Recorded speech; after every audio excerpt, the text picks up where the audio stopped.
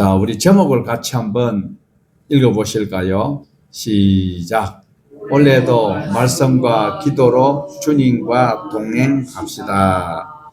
올해 한 해도 주님 말씀 안에서 생활한다면 내가 무엇을 입을까, 무엇을 마실까 염려하는 세상 사람과 다르게 승리자로 살아갈 수 있다는 것 명심을 하시고, 오늘 마태복음 15장을 통하여서 2026년도에는 획기적인 어떤 말씀을 가지고 내가 은혜를 받아야 되겠다라는 그런 말씀이 아니라 하나님께서 여전히 말씀하시는 그 말씀 안으로 우리가 들어가 보기를 원합니다. 자, 성경에서 증거하시는 말씀은 교회 다니면서도 하나님을 믿지 못하는 자들이 있다라는 겁니다. 열심은 내는데 그러나 하나님의 영광과 하나님의 말씀에 근거한 신앙생활이 아닌 자들이 있더라라는 것이 구약 성경을 잘 알고 있는 유대인 중에서 바리새인들과 서기관들이 그 사람들이더라라는 것을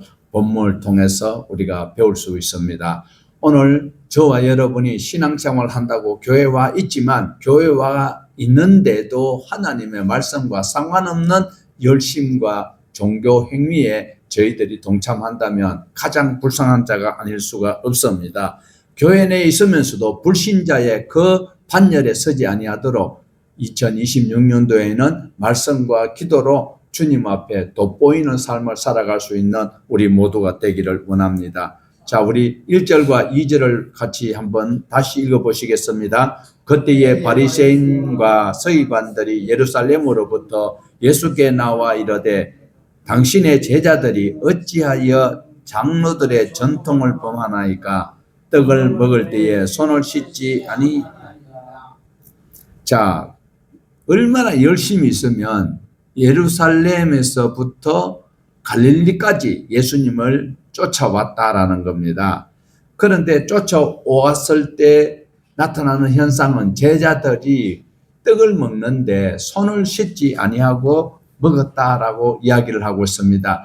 진리를 사랑하는 사람이라면, 하나님을 믿는 사람이라면 약자를 보호하여야 하는 것이 율법의 계명이기도 한 것입니다. 그런데 지금 오히려 진리를 사랑하는 자들이 아니라 예수님의 제자들이 손을 씻지 아니하고 먹었다라는 그것을 지적을 하고 있다라는 것을 통하여서 우리는 그냥 1절과 2절을 그냥 읽고 그때 그런 사건이 있었구나, 마치 소설을 읽는 듯한 그런 행위는 2026년도에는 버려져야 할 것입니다. 이들이 진리를 말하는 것이 아니고 결국은 무엇인고 하면 우리 주님의 제자들이 무엇을 했다? 2절에 보면 당신의 제자들이 어찌하여 장로들의 전통을 범하였나이까? 하나님이 믿는 사람들이에요. 하나님의 말씀을 범했네요. 그러면 회개를 촉구할 수 있는 근거가 될 수 있는데 이들은 자기네들이 만들어 놓은 그 전통을 범했다라고 예수님께 책망을 하고 있다라는 것입니다. 그래서 이들이 말하는 전통의 근거가 어디 있는고 하면은요, 하나님의 말씀을 이들이 듣지 아니하였다가 BC 722년에 북왕국은 망해버렸습니다. 그리고 또한 남아있는 그 남왕국도 BC 586년에 멸망을 당할 수밖에 없었던 그때에 하나님께서 주시는 말씀이 있는데 그 말씀을 다시 한번 우리가 예레미야를 통하여서 볼 수가 있습니다. 어떤 말씀인가 하면 예레미야서 29장 10절입니다. 같이 봅니다. 여호와께서 이와 같이 말씀하시니라. 바벨론에서 70년이 차면 내가 너희를 돌보고 나의 선한 말을 너희에게 성취하여 너희를 이곳으로 돌아오게 하리라. 자, 이곳으로 돌아오게 하리라라고 말씀하시는 것은 지금 나라가 망했어요. 그리고 잡혀가서 다시 돌아오게 되는 그 이곳이 어디인고 하면 이미 하나님께서 이스라엘 백성들을 애굽에서 탈출시켜서 가야 되는 그것은 약속의 땅이었습니다. 그 약속의 땅은 바로 출애굽기 3장 8절에 있는데 우리 같이 한번 더 봅시다.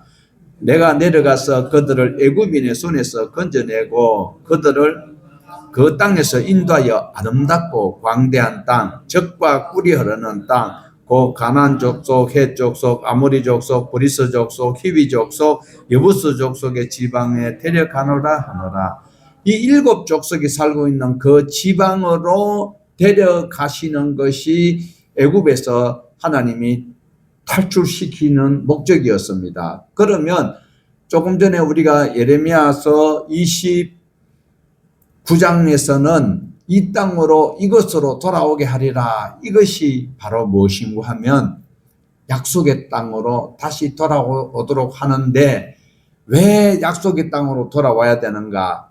가지 않아야 될 곳으로 가는 것은 바로 하나님의 율법을 어겼고 하나님의 말씀을 어겼기 때문에 그래요. 그러면 왜 지금 돌아가야 될 장소와 그리고 약속의 땅을 제가 설명을 굳이 드리는가 하면 이들이 하나님의 말씀을 제쳐놓고 자기네들이 만든 전통을 고집하기 때문에 그렇다. 그러면 그 전통이 어디서 나왔느냐?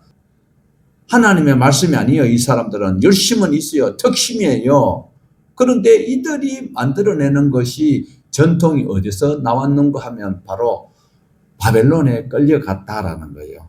바벨론에 끌려가서 70년 동안 살고 있다가 어떻게 해요? 70년이 지나고 나면 약속의 땅으로 하나님께서 보내는 그 약속의 땅으로 가야 돼요. 근데 약속의 땅으로 가지 아니하고 그들이 앉아 있었던 그것이 바로 바벨론에 그대로 있었다라는 거예요. 거기 있으면서 이들이 만들어내는 것이 많은 학설이 있는 그리고 많은 지식인들이 깨닫고 있는 거예요. 자, 한번 읽어볼까요? 위에 큰 제목을 시작. 미드라시, 할라카, 하카다, 탈무드, 미시나, 게메라, 토셉타. 이것을 오늘날 대부분의 목사님들이 설교할 때 쓰면 아주 우리 목사님은 훌륭하고 우리 목사님은 학식이 많다라고 착각하도록 만드는 것입니다. 왜 그런가 하면 하나님께서는 약속의 땅에서 하나님의 약속을 어겼기 때문에 하나님께서 징계를 하기 위해서 바벨론으로 가서 70년 동안 나라 없는 서름을 통하고 세계 각국의 강대국들이 섬기는 그 신이 가장 큰 신으로 착각하고 있는 그 사람들에게 다시 그 바벨론을 박살내버리고 회복시켜서 약속의 땅에 돌아가도록 했는데 이때에 돌아오지 아니했던 그 사람들이 만들었던 학문이 바로 저것이다라는 거예요. 약속의 땅에서 바로 돌아와야 되는 거예요. 약속의 땅으로 돌아와야 되는 거예요. 돌아오지 아니하여서 우리가 읽어보았던 에스더서가 바로 그거예요.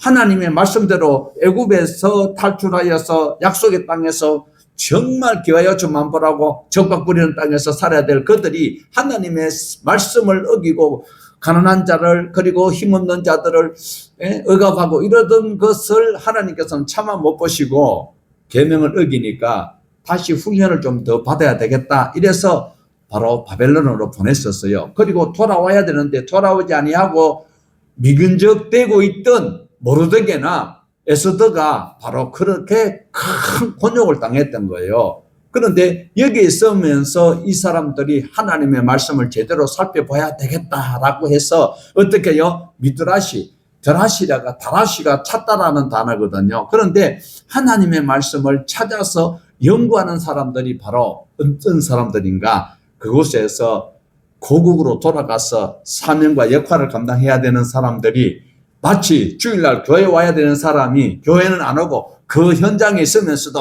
하나님을 나는 찬양한다. 하나님 앞에 내가 이렇게 열심히 산다라고 이야기하는 것과 마찬가지다라는 거예요.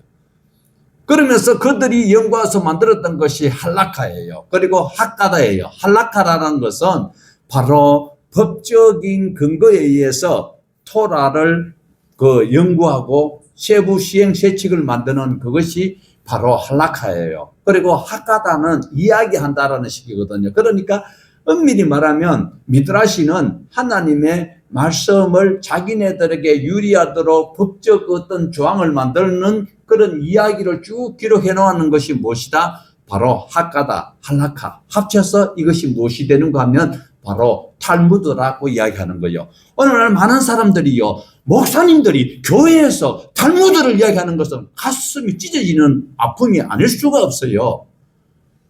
랍비들이 성경을 해석해서 모아놨는데 그 랍비들이 고국에 돌아와서 하나님의 말씀을 예배하면서 삶의 실천에 옮겨서 사랑을 하면서 헌신하면서 하늘의 미랄이 되는 그것이 아니었다는 거예요. 이 인간들이 자기 욕심 때문에 그들이 바벨론에서 기득권을 가지고 살면서 어떻게 하면 고국에 있는 사람이 우리에게 욕을 할 때 핑계 삼아 할 수 있는 근거를 만들었던 그것이 탈무드다라는 거예요.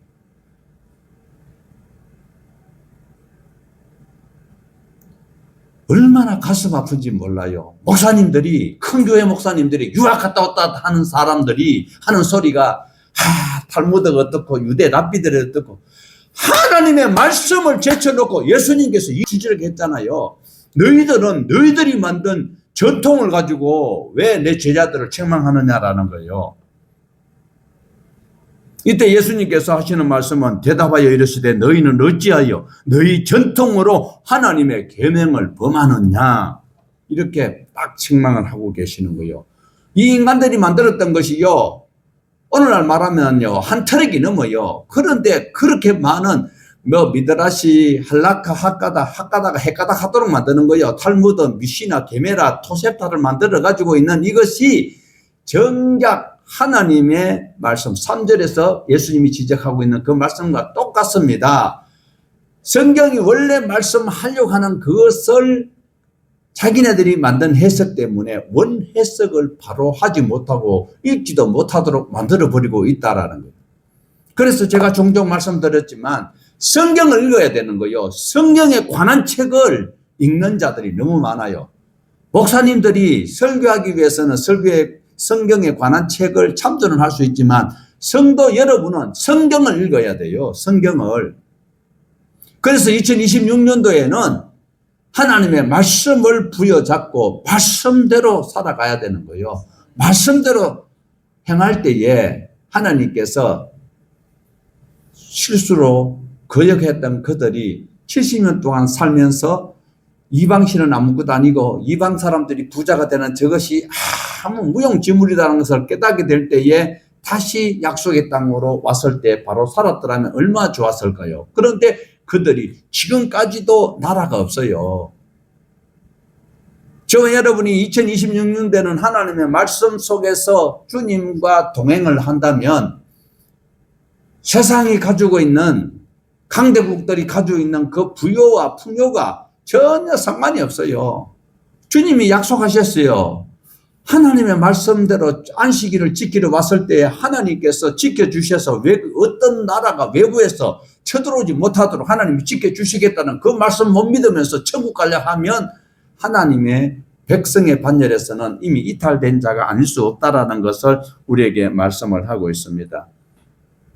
이들이 바로 만들었던 것은 어떤 위치에서요, 70년 기한이 끝났으면 빨리 돌아와야지, 와가지고 약속의 땅 폐허된 그 예루살렘 성의 모든 것을 회복하는 그 일에 자기네가 헌신을 하고 담당해야지. 우리 학개서를 보았잖아요. 공사하다가 지연되면서 어떻게 해요? 이것이 하나님의 때가 아닌가 보다. 하나님께서 함께 하시는 것 같으면 이렇게 방해 세력이 있을 수가 있느냐? 이러니까 아직 하나님의 때가 아니다. 그러면서 교회 성전 지으려고 갖다 놨던 재료를 전부 다 가져가지고 자기 집에다가 다 화려하게 칠하고 있었잖아요. 그 사람들이 오늘날 우리 전 세계 교회에, 그리고 지도자들이 하고 있는 모습이 아니라고 누가 장담할 수 있겠느냐라는 겁니다. 하나님의 말씀을 제쳐놓고 지금 웃기는 게요, 미드라시를 연구하는 것은 누가 한다고요? 랍비들이 하잖아요. 랍비들이 10명이 성경을 읽었는데, 10명이 성경을 연구했는데 해석은 20가지가 넘어요. 아니, 밥을 먹으면 밥 먹는 설명서가 아다못해 라면 한 봉지를 삶아도 라면을 삶는 레시피가 정해져 있으면 그대로 하면 그대로 먹을 수 있는 거예요. 그런데 왜 동일한 성경을 읽어놓고 해석이 각가지 있냐라는 거예요. 얼마나 웃긴지 아세요? 요즘은 정말로 막 무서운 시대요. 지식이 너무나도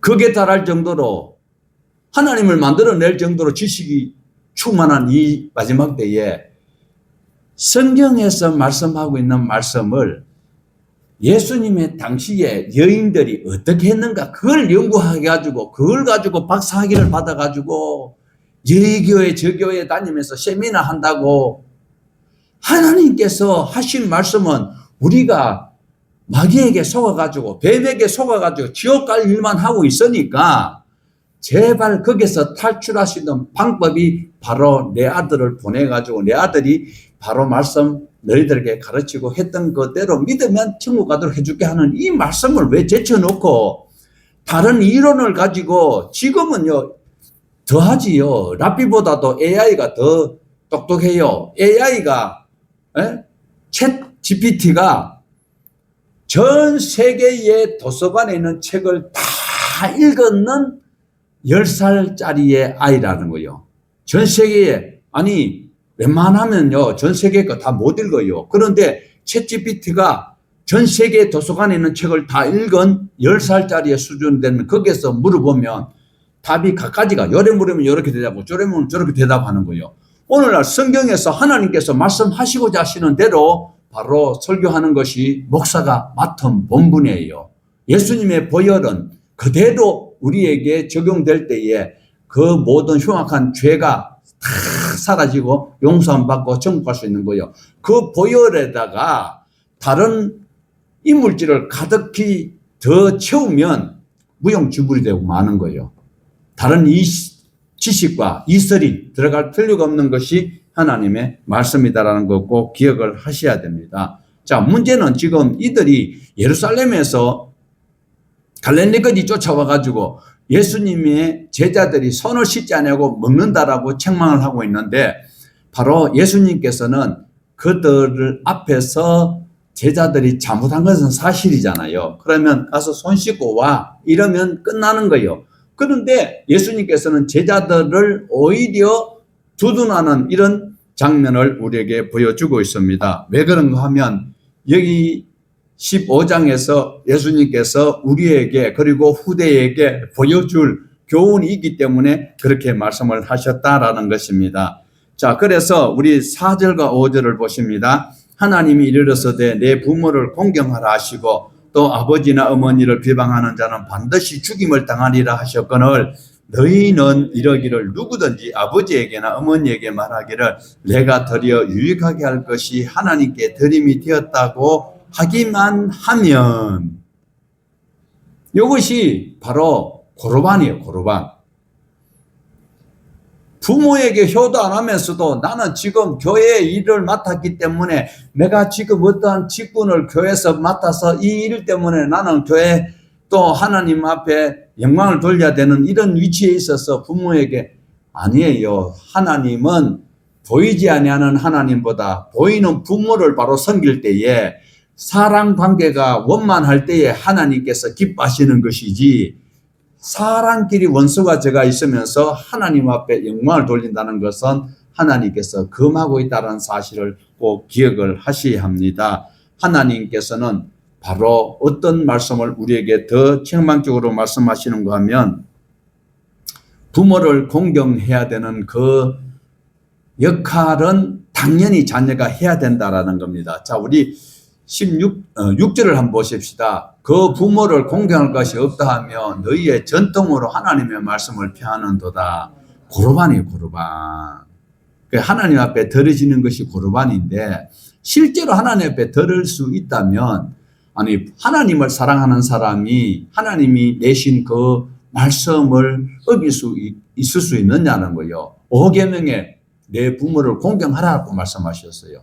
1계명에 여호와를 바로 알 수 있도록 명령하신 그 하나님이 내신 법에 부모를 공경하라고 했는데 이들은 고르반이라고 하면서 하나님의 말씀을 제쳐놓고 있다. 하나님께서는 분명히 우선순위를 두고 있습니다. 하나님을 사랑해야 합니다. 부모님을 사랑해야 합니다. 그리고 이웃을 사랑해야 된다라는 것. 그리고 하나님 관계, 인간 관계, 물질 관계, 이 순위 속에서 하나님이 제1순위 돼야 되고, 그 다음에 인간 관계, 그 다음에 물질 관계가 이렇게 순서적으로 우리에게 창세기부터 말씀으로 교훈을 하고 있습니다. 자, 이들이 지금 고르반 하는 것은 자기 욕심으로 하고 있다는 거 꼭 기억을 하시고, 7절과 9절 보시면 외식하는 자들아 이사야가 너에게 관하여 잘 예언하였도다. 일러렀을 때 이 백성이 입술로는 나를 공경하되 마음은 내게서 멀도다.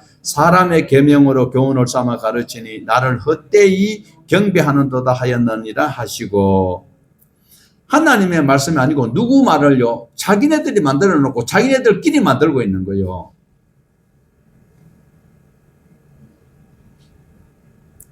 탈무드를 좋아하는 것은 사람의 계명을 좋아하는 거예요. 기록된 말씀을 외면하고 자기네들끼리 만들어 놓은 것. 여러분, 십계명 이전에도 있었어요. 십계명이 시내산에서 받았을 때는 약 대각 그냥 우리가 알기 쉽게 약 1445년에서 6년에 받았는데, 그 전에 이미 하무라비 법이 언제 있었는가? BC 1700년에 하무라비 법이 있었어요. 그러니까 약 한 200년 전에 이미 십계명과 비슷한 것이 있었다니까요. 그런데 그 법이 있었는데 왜 하나님께서 그러면 십계명을 또 주셨느냐? 하무라비 법에 있었던 그 법은 훌륭한 법이었어요. 그러나 권력 있는 자는 이는 이로 눈은 눈으로 동의 보호법인데, 하나님이 내신 법에는 이는 이로, 그래 이를 하나 부러뜨리면 이를 하나 부러뜨리면 되는 거예요. 그런데 하무라비 법에서 그 법 적용하는 것은 권력 있는 자가 권력 없는 자에게 일을 하나 부러뜨리면 권력 없는 자가 권력 있는 자의 일을 부러뜨릴 방법이 있어요, 없어요? 대통령이 지금 잘못하고 있어요. 그러면 대통령을 누가 고발을 했었을 때 경찰이 실세에게 가서 조사할 수 있어요? 어려워요. 그것이 하무라비 법이에요. 그런데 하나님이 내신 법은 모두가 다 지키면 다 살 수 있는 법이에요. 그래서 이사야가 지금 이미 이렇게 경고를 하고 있었어요. 자, 이사야 29장 9절에서 13절입니다. 같이 봅니다. 너희는 놀라고 너희는 맹인이 되고 맹인이 되라. 그들의 포도주로 말미암이 아니며 그들의 비틀거림이 독주로 말미암이 아니라 대저 여호와께서 깊이 잠들게 영을 너희에게 부어 주사 너희의 눈이 감겨졌음이니 그가 선지자들과 너희의 지도자인 선견자들을 덮었음이라. 그러므로 모든 계시가 너희에게는 봉안책이 말처럼 되었으니 그것이 그를 아는 자에게 주며 이르기를 그대에게는 청하노니 이를 읽으라 하며 그가 대답하기를 그것이 봉하여졌으니 나는 못 읽겠노라 할 것이요 그 책에 글 모르는 자에게 주며 이르기를 그대에게 청하노니 이 글을 읽으라 하며 그가 대답하기를 나는 글을 모른다 할 것인 주께서 이르시되 이 백성이 입으로는 가까이 하며 입술로는 나를 공경하나 그들의 마음은 내게서 멀리 떠나나니 그들이 나를 경외하면 사람의 계명으로 가르침을 받았을 뿐임이니라. 자, 9절에 보십시오. 그들이 어디에 취했느냐면 교만과 욕심에 취해가 있다라는 거예요. 그러니까 바른 길로 못 간다라는. 그러면 10절은요. 하나님의 말씀을 읽어도 알아듣지 못했다. 엉터리 해석이 많기 때문에 그렇다라는 거예요. 그럼 11절은 하나님의 말씀을 읽었는데 알아듣지 못하는 것은 자꾸 엉뚱한 소리를 하고 있다라는 거예요. 오늘날 대다수 설교가 다 엉뚱한 소리를 하고 있다니까. 하나님께서 가라고 하는 그 길로 안 가고 있어요. 70년이 끝났으니까 빨리 예루살렘으로 돌아가라고 하는데 안 돌아가고 앉아가지고 온갖 미시라 학계다 한락화 만들어가지고 13절에는 하나님의 말씀을 전혀 모른다. 하나님을 사랑하지 아니하는 것은 바로 자기 욕심이 자기를 살리려고 하기 때문에 하나님과 상관없는 짓을 하다가 지옥으로 갈 수밖에 없다라는 것을 말씀하고 있어요. 결국은 어떻게 말씀을 하고 있습니까? 사람의 계명으로 교훈을 삼아 가르치니 나를 헛되이 경배하는도다. 하나님을 사랑해서 정말 그 경외하는 마음으로 그 계명을 알아듣고 사람들에게 가르치기를 힘써야 되는데 하나님의 말씀을 바로 가르치면 사람들이 안 모여들어요. 뭔가가 일확천금을 누릴 수 있는 이런 획기적인 말씀이 있는 그곳에 가지 하나님의 말씀이 그렇게 메리트가 없어 보이거든요. 손해를 봐야 되거든요. 희생해야 되거든요. 자, 10절에서 11절입니다. 무리를 불러 이르시되 듣고 깨달으라. 입으로 들어가는 것이 사람을 더럽게 하는 것이 아니라 입에서 나오는 그것이 사람을 더럽게 하는 것이니라. 바로 사람들의 속마음에 사랑이 없기 때문에 그 입에서 나오는 것이 악한 것밖에 없습니다. 하나님의 말씀도 없고 사랑도 없고 진리도 없습니다. 그러니까 나오는 것은 독하고 표독스럽고 자기 배만 불리는 소리만 하고 있다라는 겁니다. 자, 12절 보실까요? 이에 제자들이 나와 이르되 바리새인들이 이 말씀을 듣고 걸림이 된 줄 아시나이까? 제자들이 들어보니까 선생님 지금 저들이 시비 걸고 있는데 그렇게 말씀하시면 저들을 오히려 충동지키는 것이 아닙니까? 이렇게 걱정스러워서 묻고 있어요. 바로 걸림돌이 된 줄 아시나이까? 이 소리는 스칸달리죠. 우리는 스캔들 하잖아요. 이것이 바로 예수님께서는 그들을 시험의 현장으로 끌고 오기 위한 말씀이었다라는 겁니다. 예수님께서는 웬만하면요 분위기를 해치지 않고 그냥 좋도록 이렇게 넘어가시고 그냥 피하기도 하시는 분인데 지금은 아니에요. 하나님의 진리에 반하는 행동을 할 때는 예수님께서는 가차 없었다라는 것입니다. 자, 우리 13절에서 14절입니다. 예수께서 대답하여 이르시되 심는 것마다 내 아버지께서 심지 않은 것을 뽑힐 것이니 그냥 두라. 그들은 맹인이 되어 맹인을 인도하는 자로다. 만일 맹인이 맹인을 인도하면 둘 다 구덩이에 빠지리라. 하나님이 왜 귀를 두 개를 만들었을까요? 이 말도 들어보고 저 말도 들어보라.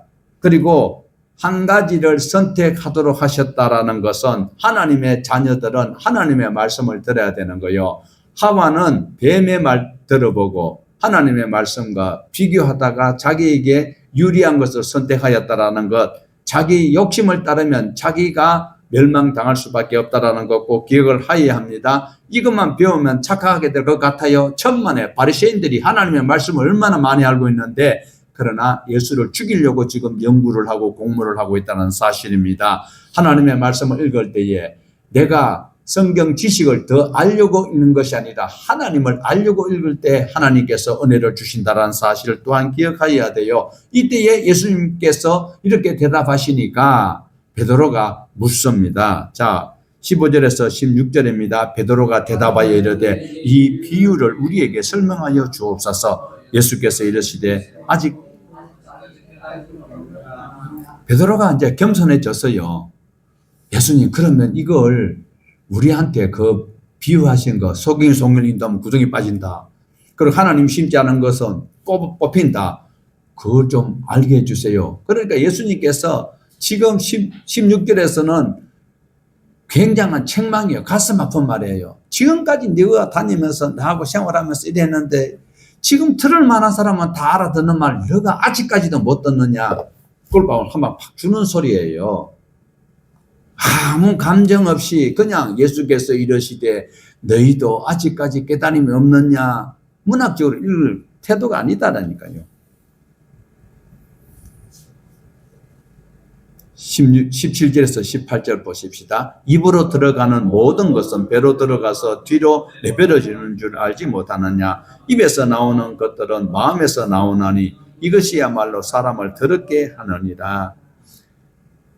그 속에 진리와 사랑이 없으면 나오는 것은 사람의 입에서 나오는 것은 탐욕과 탐심과 명예의 바벨탑을 쌓는 그런 말만 한다라는 겁니다. 19절에서 20절 마음에서 나오는 것은 악한 생각과 살인과 간음과 음란과 도둑질과 거짓 증언과 비방이니 이런 것들은 사람을 더럽게 하는 것이요 씻지 않은 손으로 먹는 것은 사람을 더럽게 하지 못하느니라.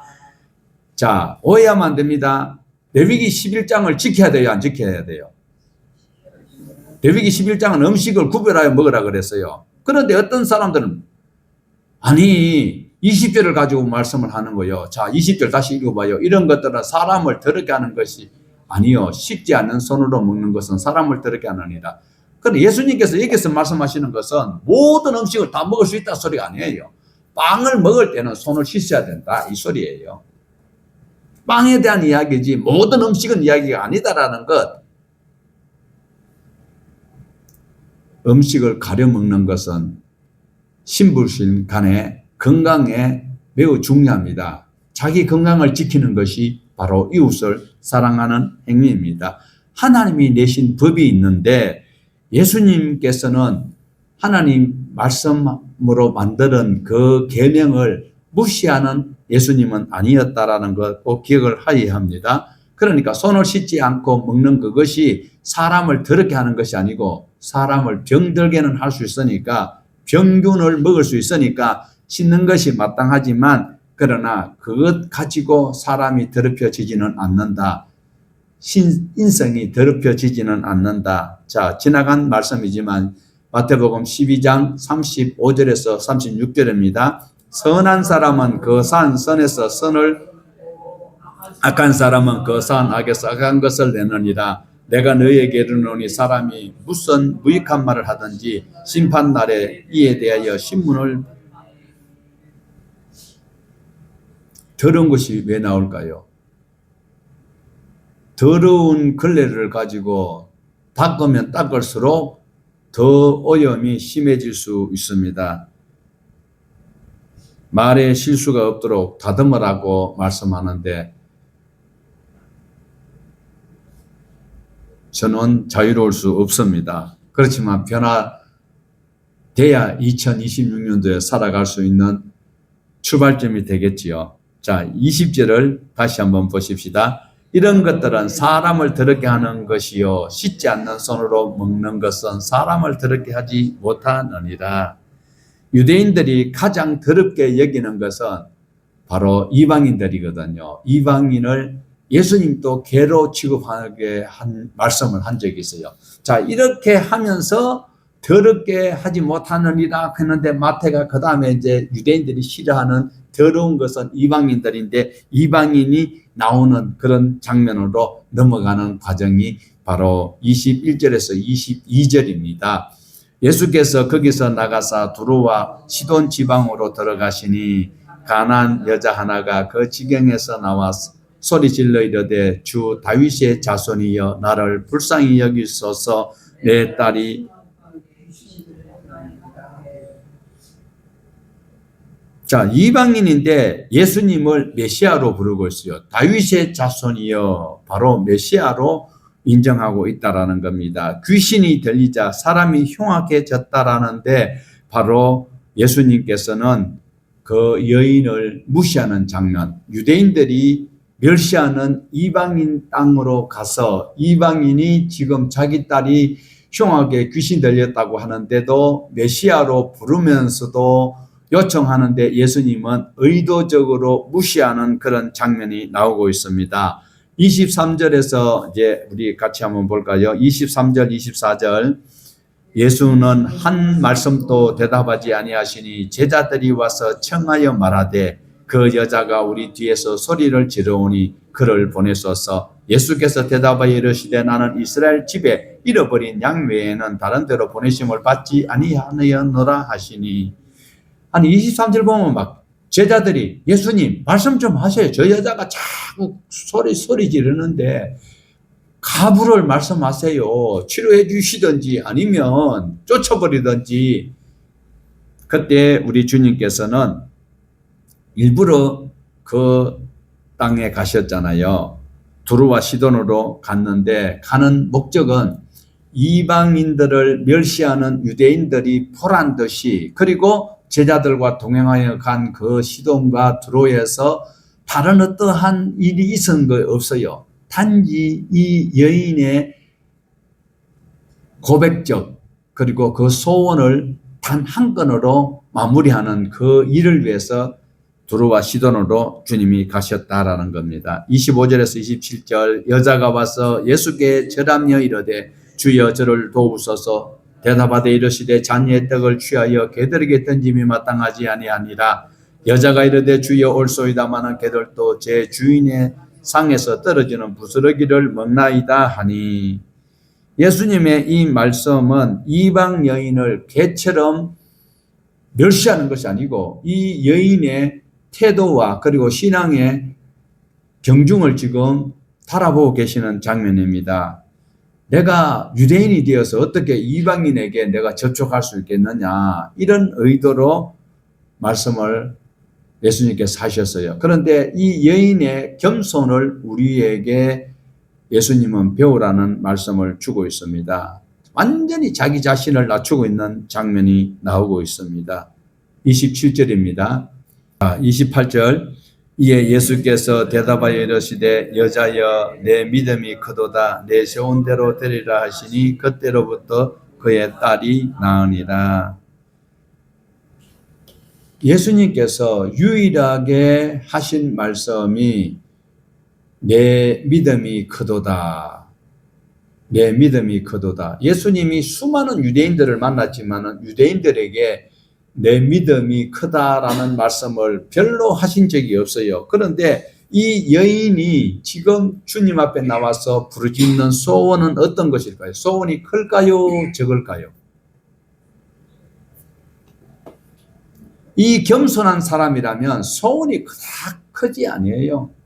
그냥 우리 식구들이 2026년도는 건강하고 그리고 그리스도의 향기를 바라는 삶을 통하여서 그가 다른 사람을 믿음에 실족시키지 않는 삶을 살아갈 수 있고, 그리고 있는 직장에서 안 잘리고 그냥 그렇게 이래 살아가고 우리 손주를 하나 낳아주면 더 좋고, 이게 소박한 소원인 거예요. 나는 이번에 기획부에 장관으로 가야 되겠다, 이런 소망이 없어. 이 여인은 지금 단순히 자기 딸 귀신에게만 놓이게 해달라는 단순한 소박한, 그러니까 너무 소원이 크기 때문에 사건이 생기는 거예요. 이 여인은 겸손한 분이에요. 겸손한 사람은 그렇게 욕심이 없다라는 사실을 우리에게 말씀하시고자 주님께서 이 두로와 시돈에 가서 이 한 건의 사건을 마무리하는 장면을 보여주고 있습니다. 자, 35절에서 36절. 예수께서 무리에게 명하사 땅에 앉게 하시고 떡 7개와 그 생선을 가지사 축사하시고 떼어 제자들에게 주시니 제자들이 무리에게 주매. 자, 여러분, 여기서 보면 빨간 것이 혹시 모니터에 나오는 거 보입니까? 축사. 자, 여기서 축사라는 단어를 잘 보세요. 자, 마태복음 14장 19절을 우리 같이 한번 읽어보십시다. 무리를 명하여 잔디에 앉히고 떡 5개와 물고기 2마리를 가지사 하늘을 우러러 축사하시고 떡을 떼어 제자들에게 주시며 제자들이 무리에게 주니. 자, 오늘 보았던 15장 36절 떡 7개와 그 생선을 가지사 축사하시고 떼어 제자들에게 주시니 제자들이 무리에게 주매. 우리 한글로는 동일하게 축사예요. 동일하게 축사인데 마태복음 14장에서 5,000명을 먹였을 때는 떡 5개 가지고 할 때 축사하고, 그 다음에 떡 7개를 가지고 축사하실 때 단어가 달랐다라는 사실이에요. 그러니까 자, 마태복음 14장에서 오병이의 기적 때 하고 지금 떡 7개를 가지고 축사하실 때, 자, 제가 비교할 수 있도록 두 문구를 표시해 놨는데 무엇이 다를까요? 똑같이 한번 보세요. 화면을 보고 이야기해야지. 어떻게 해요? 뭐가 달라서? 축사인데, 동일한 축사인데 마태복음에서는요, 14장에서는 바로 하늘을 우러렀다.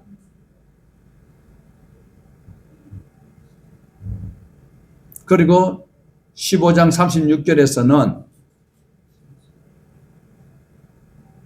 모인 무리들에게 가지고 있는 것 가지고, 가진 것을 가지고 감사하는 축사였다라는 사실을 우리가 다시 한 번 더 참고하시면 좋겠습니다. 왜 그런가 하면 이방 지역에서 지금 이렇게 먹이시고 계시거든요. 14장하고 달라요. 위치가 달라요.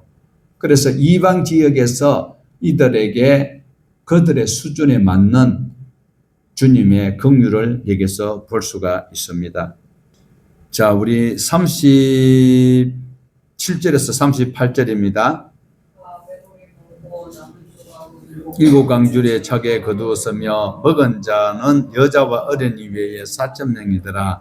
그래서 칠병이어와 그리고 오병이어의 그 차이점은 오병이어에는 5,000명이 먹고 12광주리가 남았는데 지금은 칠병이어에서는 7광주리에 차게 거두었다. 거기에는 별다른 의미가 있을 수 없습니다. 자, 39절입니다. 예수께서 무리를 흩어 보내시고 배에 오르사 마가단 지역으로 가시니라. 바로 우리 예수님께서 마가단 지역으로 가셨다라고 말씀을 하고 있는데,